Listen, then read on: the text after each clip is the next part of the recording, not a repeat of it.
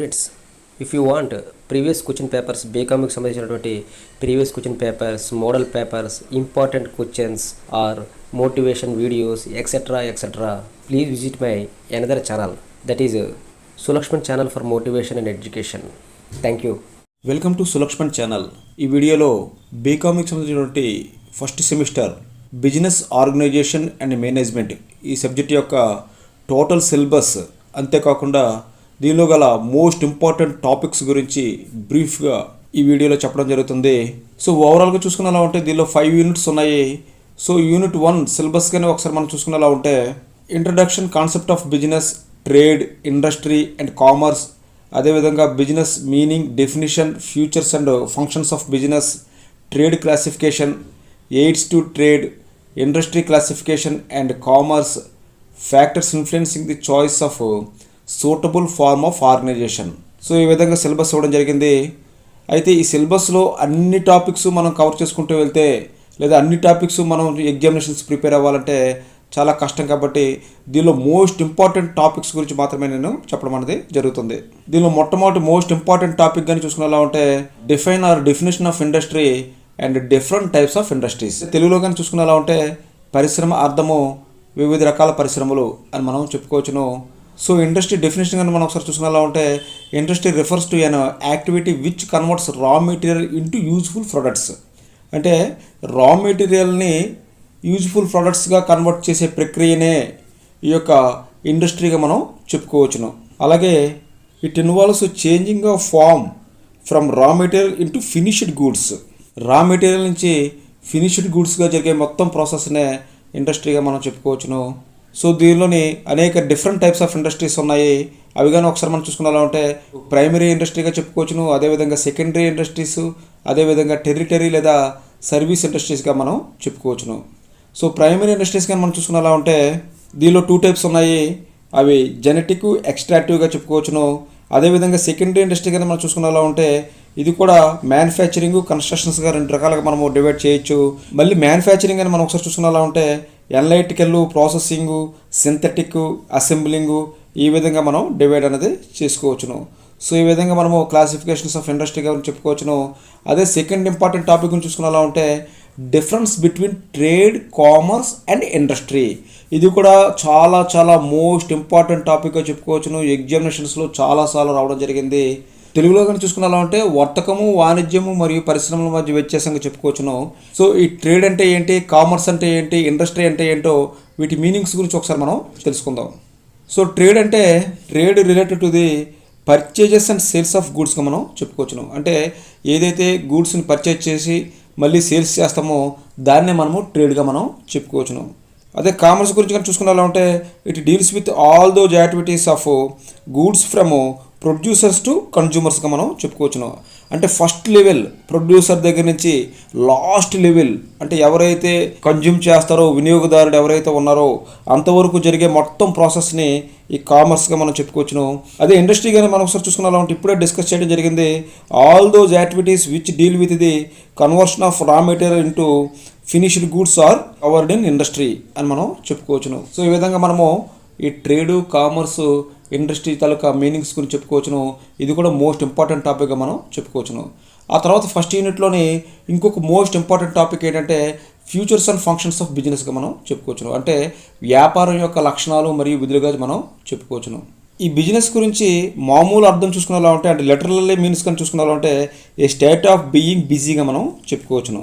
అదే స్పెసిఫిక్ సెన్స్లో కానీ చెప్పుకునేలా ఉంటే business refers to an occupation in which people regularly engaging in an activity with a view of earning profit. ఇది చాలా important. So ఈ మీనింగ్లోనే మనకి ఈ యొక్క ఫ్యూచర్స్ కూడా ఇమిడి ఉన్నాయని మనం చెప్పుకోవచ్చును.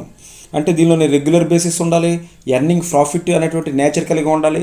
ఇవన్నీ కలిగి ఉంటేనే దాన్ని మనం బిజినెస్గా మనం చెప్పుకోవచ్చును. సో వీటి తాలూకు ఫ్యూచర్స్గా మనం చూసుకునేలా ఉంటే ఎకనమిక్ యాక్టివిటీ అనేది మొట్టమొదటి ఫ్యూచరు. అంటే business is an economic activity which is undertaken with the object of earning money are livelihood and not because of love, affection, sympathy. అంటే ఎవరో దయాదాక్షిణ్యంతో దానం చేసేది బిజినెస్ కాదు, కేవలం ఎర్నింగ్ మనీ కోసం చేసేటువంటి వ్యాపకాన్నే లేదా వ్యాపారాన్నే బిజినెస్ అని మనం చెప్పుకోవచ్చును. అదేవిధంగా production or procurement of goods and service.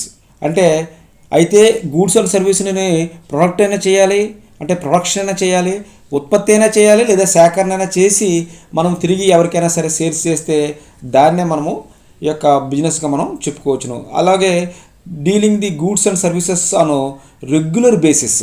అంటే ఏదో ఒక రోజు నేను ఏదో ఒక వస్తువుని ఎవరికైనా అమ్మాను అనుకోండి, సో అది బిజినెస్ అవ్వదు. ఎందుకంటే ఏదో ఒకసారి అమ్మినంత మాత్రాన అది బిజినెస్ అనేది అవ్వదు. అది రెగ్యులర్గా జరగాలి. అంటే నేను కొని మళ్ళీ ఇంకొకరికి కొంత లాభం వేసుకొని అమ్మాలి, మళ్ళీ కొని ఇంకొంత లాభం వేసుకొని అమ్మాలి. సో ఆ విధంగా రెగ్యులర్ బేసిస్గా జరిగేదే అది బిజినెస్గా మనం చెప్పుకోవచ్చును. అదేవిధంగా ప్రాఫిట్ ఎర్నింగ్స్ అనేది చాలా చాలా మోస్ట్ ఇంపార్టెంట్. అంటే బిజినెస్ యొక్క మెయిన్ మోటోవే ప్రాఫిట్ అనేది ఉండాలి. సో ప్రాఫిట్ అన్న మోటో లేకపోతే అది బిజినెస్ కిందకే రాదు, అది దాన ధర్మాల కిందకి లెక్కలోకి వస్తుంది. అదేవిధంగా ఇంకొక ముఖ్యమైనటువంటి ఫ్యూచర్ కానీ చూసుకున్నామంటే ఎలిమెంట్ ఆఫ్ రిస్క్. సో బిజినెస్లో అందరికీ తెలిసిందే ఖచ్చితంగా రిస్క్ అన్నది కూడా ఉంటుంది. అంటే మన చేతుల్లో లేని కొన్ని సంఘటనల వల్ల ఇది రిస్క్తో కూడుకున్నదిగా మనం చెప్పుకోవచ్చును. కాబట్టి బిజినెస్ ఆల్సో ఏ రిస్క్ కంటెంట్గా మనం చెప్పుకోవచ్చును. సో ఇవన్నీ కూడా ఫ్యూచర్స్ ఆఫ్ బిజినెస్గా మనం చెప్పుకోవచ్చును. సో ఇది కూడా చాలా చాలా మోస్ట్ ఇంపార్టెంట్ టాపిక్గా ఫస్ట్ యూనిట్లో మనం చెప్పుకోవచ్చును. So coming to the second unit యొక్క సిలబస్ కానీ ఒకసారి మనం చూసుకున్నా ఉంటే forms of business organisations, futures, merits and demerits of sole proprietorship and partnership business, futures, merits and demerits of joint stock companies, public sector enterprises, multinational companies, difference between private limited and public limited company. So ఈ విధంగా మనము syllabus గురించి చెప్పుకోవచ్చును. అయితే దీనిలో most important topics కానీ మనం ఒకసారి చూసుకున్నా ఉంటే మొట్టమొదటి most important topic difference between private limited and public limited కంపెనీగా మనం చెప్పుకోవచ్చును. సో ఇది ఎగ్జామినేషన్స్లో చాలా సార్లు పడడం జరిగింది. సో ఇది చాలా ఇంపార్టెంట్ టాపిక్గా చెప్పుకోవచ్చును. అంతేకాకుండా చాలా ఈజీ టాపిక్గా చెప్పుకోవచ్చును. మినిమమ్ దీనిలోని ప్రైవేట్ లిమిటెడ్లో 2 మెంబర్స్ ఉండాలి, అదేవిధంగా పబ్లిక్ లిమిటెడ్లో మినిమం 7 ఉండాలి. అదేవిధంగా మ్యాక్సిమం చూసుకునేసరికల్లా ప్రైవేట్ లిమిటెడ్లో 200 అన్నది లిమిట్, సో 200 అన్నది దాటకూడదు. అదే పబ్లిక్ లిమిటెడ్ చూసుకునేసరికల్లా అన్లిమిటెడ్గా చెప్పుకోవచ్చు, అంటే ఎంతమంది అయినా సరే ఉండొచ్చు. అదేవిధంగా ట్రాన్స్ఫర్ ఆఫ్ షేర్స్ కనుక చూసుకునేలా ఉంటే ఈ ప్రైవేట్ లిమిటెడ్కి వచ్చేసరికల్లా సమ్ రిస్ట్రిక్షన్స్ అనేవి ఉన్నాయి. అంటే ఒకరి నుంచి ఇంకొకరికి ట్రాన్స్ఫర్ అవడానికి ఎన్నో రిస్ట్రిక్షన్స్ అనేవి ఈ ప్రైవేట్ లిమిటెడ్లో ఉన్నాయి. అదే మనకి పబ్లిక్ లిమిటెడ్ చూసుకునేసరికల్లా ఎటువంటి రిస్ట్రిక్షన్స్ కూడా లేవు. మనం ఏ టైంలోనైనా సరే ఫ్రీగా మన షేర్స్ని ఇంకొకరికి ట్రాన్స్ఫర్ అనేది చేయొచ్చు. అదేవిధంగా ఈ ప్రాస్పెక్ట్స్ గురించి కానీ మనం చూసుకునేలా ఉంటే ప్రైవేట్ లిమిటెడ్ అనేది ఈ ప్రాస్పెక్ట్స్ని ఇష్యూ చేయక్కర్లేదు, కానీ పబ్లిక్ లిమిటెడ్ కంపెనీ మాత్రం ఖచ్చితంగా ఈ ప్రాస్పెక్ట్స్ని ఇష్యూ అనేది చేయాలి. అదేవిధంగా ఈ పబ్లిక్ డిపాజిట్స్ గురించి కానీ చూసుకునేలా ఉంటే ఎట్టి పరిస్థితుల్లో కూడా ఈ ప్రైవేట్ లిమిటెడ్ కంపెనీ ఈ పబ్లిక్ డిపాజిట్స్ని సేకరించకూడదు, అంటే కలెక్ట్ చేయకూడదు.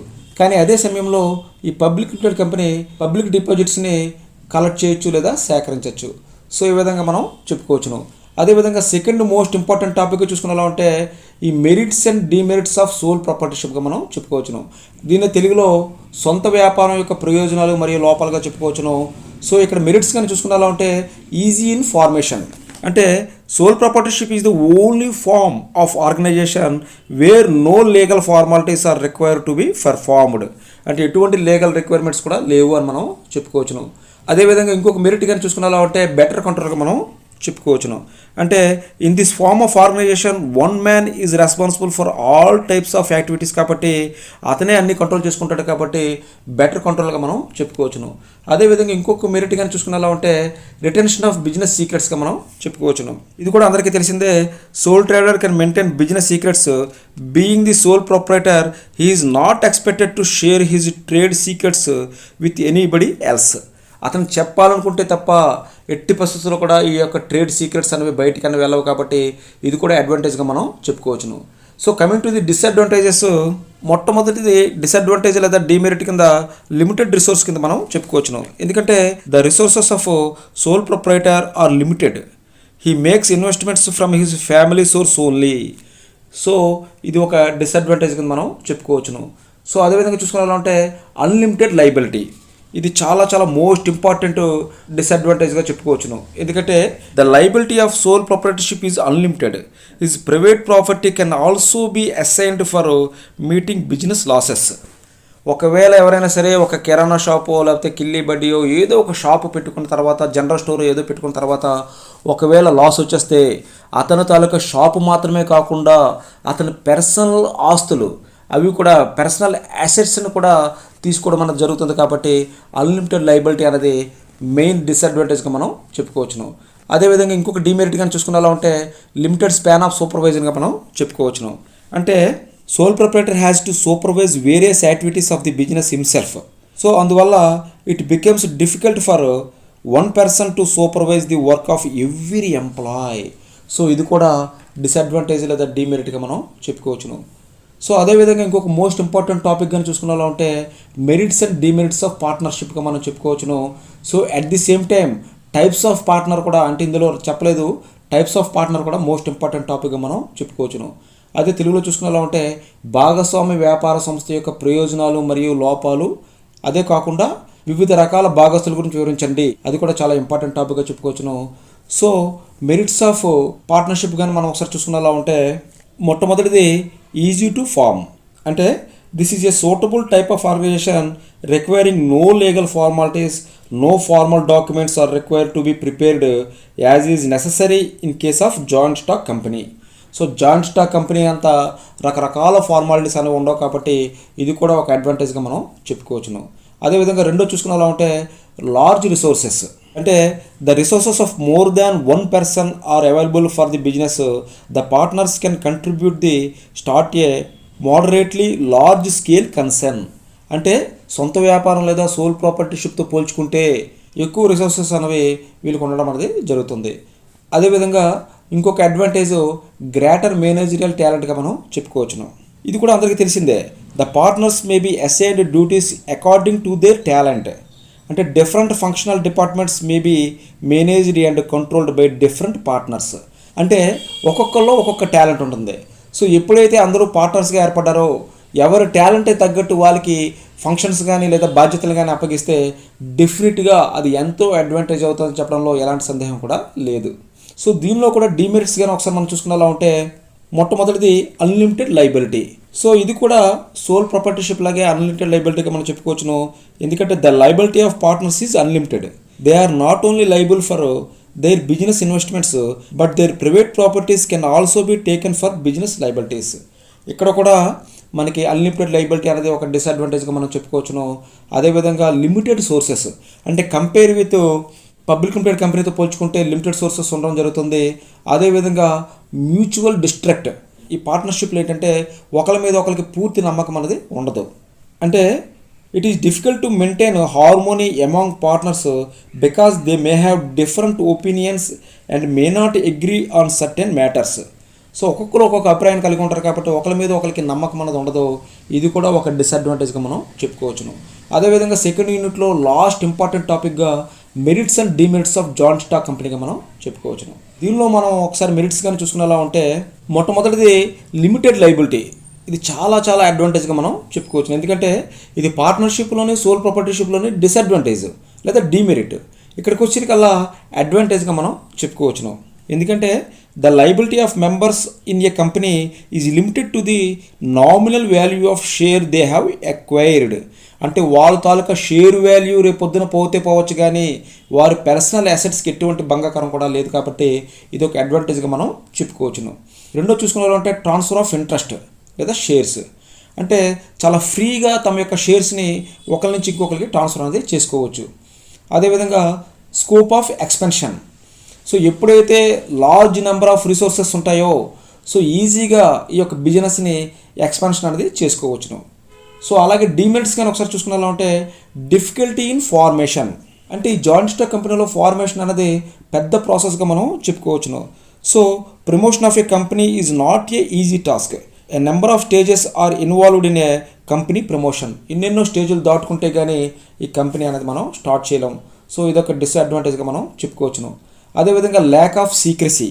అంటే the management of companies remains in the hands of many persons.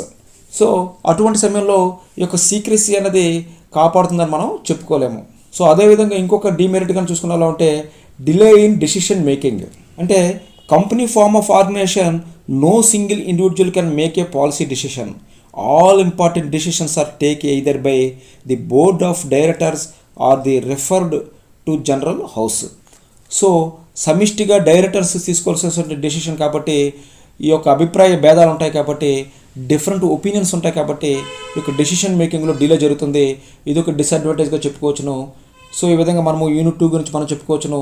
So business organisation and మేనేజ్మెంట్లోని సిలబస్ అంతేకాకుండా మోస్ట్ ఇంపార్టెంట్ టాపిక్స్ బ్రీఫ్గా చెప్పడం జరిగింది. ఇంకొక ముఖ్యమైన వీడియోతో మళ్ళీ మీ ముందుకు వస్తాను. Thank you very much.